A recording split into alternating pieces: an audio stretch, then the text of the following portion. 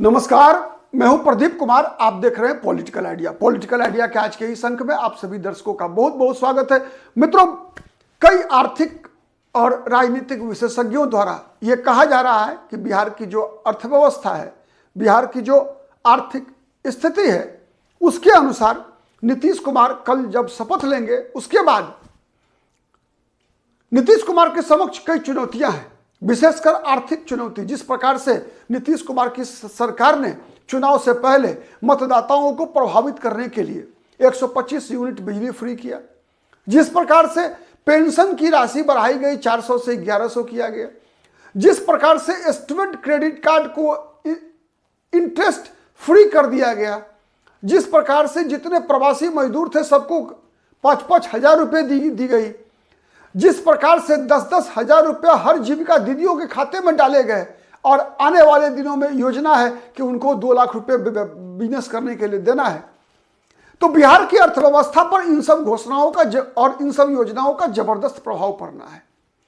कई आर्थिक विशेषज्ञ मान रहे हैं कि नीतीश कुमार शपथ लेते ही सबसे पहले अपनी उस निर्णय को वापस लेंगे जो नीतीश कुमार 2015 में सरकार में आने के बाद 2016 में शराबबंदी नीतीश कुमार ने लागू किया था। आपको याद होगा, शराबबंदी तब लागू हुई थी जब बिहार में अलग अलग यात्राओं में नीतीश कुमार के समक्ष महिलाओं के द्वारा यह मांग की जा रही थी कि भाई उनके परिवार की जो आमदनी है, उस आमदनी का एक बड़ा हिस्सा उनके पतियों के द्वारा शराब के उपयोग में बर्बाद कर दिया जाता है। लेकिन कई आर्थिक विशेषज्ञों का यह भी कहना है अब कि यह शराबबंदी गरीब परिवारों के लिए विपदा बन के आई है। पहले तो वो केवल एक समस्या थी, अब तो यह वज्रपात जैसी है। क्योंकि जो शराब पहले 100 रुपए की मिला करती थी, अब वो 500 में ब्लैक में लोग खरीद रहे हैं और इस चक्कर में कई बार नकली शराब का सेवन कर बैठते हैं तो उनमें जान भी चली जाती है या फिर स्वास्थ्य खराब होता है। साथ ही इसके अलावे सूखे नशे का सेवन करने वाले लोगों की संख्या बिहार में लगातार बढ़ती जा रही है। साथ ही जो सरकार को जो टैक्स के रूप में जो आमदनी थी, राजस्व की आमदनी थी, वह भी खत्म। इसके अलावे बिहार में जो पुलिस फोर्स है, उसकी ऊर्जा अपराधियों को पकड़ने के बदले शराब का व्यापार करने वाले लोगों को पकड़ने और उससे कह सके तो बनाने में खर्च हो जाता है। जिस ऊर्जा का इस्तेमाल अपराध रोकने में होना चाहिए, उस ऊर्जा और उस मानव क्षमता, ह्यूमन रिसोर्सेज का इस्तेमाल होता है शराबियों को पकड़ने में, शराब के व्यापार करने वालों को पकड़ने में। तो इसीलिए सबकी एक विचार बन रहा है कि उसे वापस ले लेना चाहिए और यह काम नीतीश कुमार को सबसे पहले करना चाहिए शपथ लेने के बाद ही। तो सवाल यह उठता है कि नीतीश कुमार के अगर पॉलिटिकल हम उनके जर्नी को, यात्रा को अगर याद करें तो क्या नीतीश कुमार इस बात पर विचार कर सकते हैं? सबसे बड़ी बात यह है। तो इसके अगर नीतीश कुमार कर सकते हैं, इस पर 2 बातें हैं। एक, नीतीश कुमार को अपने किसी निर्णय से पलटने में कोई समस्या नहीं होती है। आप ये बात जानते हैं। ऐसे उदाहरण नीतीश कुमार, ये छोटी बात हो गई किसी नीतिगत परिवर्तन की। नीतीश कुमार तो इतने बड़े बड़े पलटीबारे हैं जिसके बारे में कहना मुश्किल है, लोग सोच भी नहीं सकते थे। नहीं, तो ये बातें, तो इसीलिए नीतीश कुमार बदल नहीं पाएंगे, अपने ही फैसले को वापस नहीं लेंगे, इस बात में कहीं कोई दम नहीं है।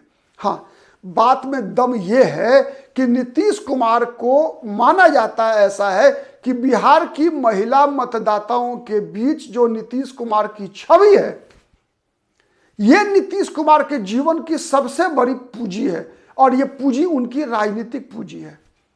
ऐसा कहा जाता है, नैरेटिव है ये। वैसे मैं इसमें कम भरोसा करता हूं, ठीक है, मेरा कुछ अलग हटकर मानना है। खैर, उस पर हम अलग से बात करेंगे और पहले इशारों में मैंने कहा भी है, आज भी मैं इशारा तो कर ही दूंगा, लेकिन अगर मैं ज्यादा इस पर चला जाऊंगा तो फिर यह मुद्दा से डिविएट करूंगा।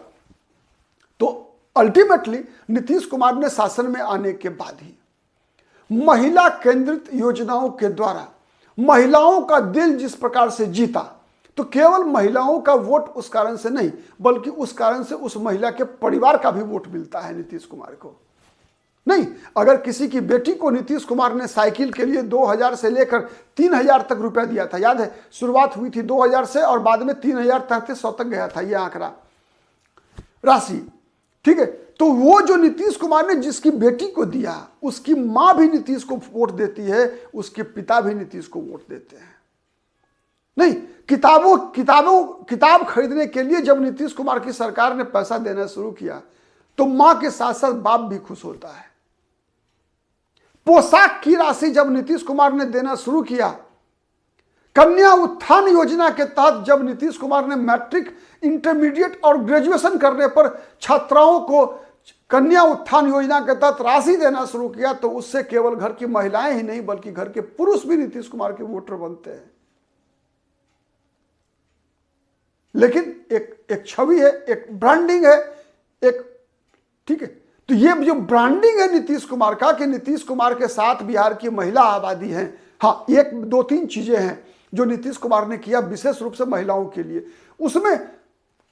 उसमें जो 35% सरकारी नौकरी में आरक्षण, राज्य सरकार की जितनी नौकरियां हैं उसमें महिलाओं के लिए 35% आरक्षण की व्यवस्था, साथ ही पंचायतों में, पंचायती राज के अंतर्गत हर कैटेगरी में, चाहे वो सामान्य वर्ग की कैटेगरी हो, पिछड़ा एनेक्स्चर 1 हो, एनेक्स्चर 2 हो, दलित हो, महादलित हो, हर वर्ग में महिलाओं के लिए 50% सीटें नीतीश कुमार की सरकार ने आरक्षित किया।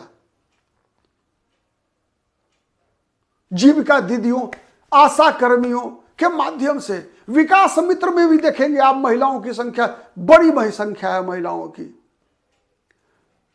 तो ये जो नीतीश कुमार की सबसे बड़ी ताकत है, वो ताकत के बारे में शक हो सकता है कि अगर नीतीश कुमार ने शराबबंदी वापस लिया तो क्या ये महिला वोटर नीतीश कुमार का साथ छोड़ देंगे, या फिर महिलाओं के बीच भी ये माना जा रहा है अब कि अब वो अपने पतियों को सुधार नहीं सकी, तो चलो 500 में दारू पीता है, उससे बदले अगर ये फ्री हो जाएगा, रोक हट जाएगी, तो 500 का दारू तो 100 रुपए में ही मिलेगा।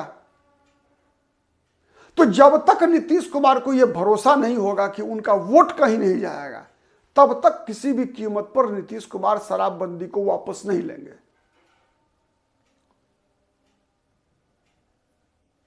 और अगर नीतीश कुमार को लग गया यह बात कि नहीं, इससे उनके वोट पे कोई असर नहीं पड़ेगा,